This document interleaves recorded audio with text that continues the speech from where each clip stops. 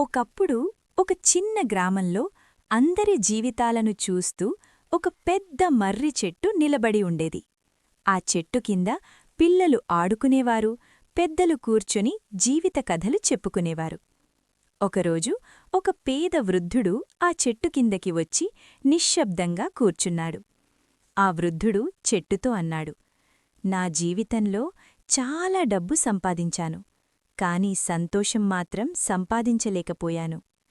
గాలి ఊదింది. చెట్టు ఆకులు కదిలాయి.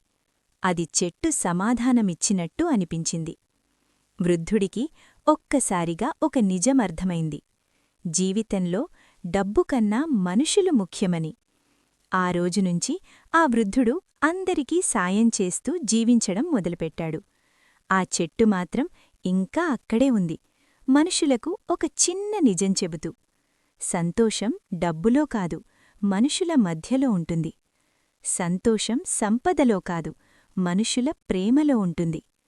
ఈ స్టోరీ నచ్చితే లైక్ చేయండి, షేర్ చేయండి, సబ్స్క్రైబ్ చేయండి. థాంక్యూ.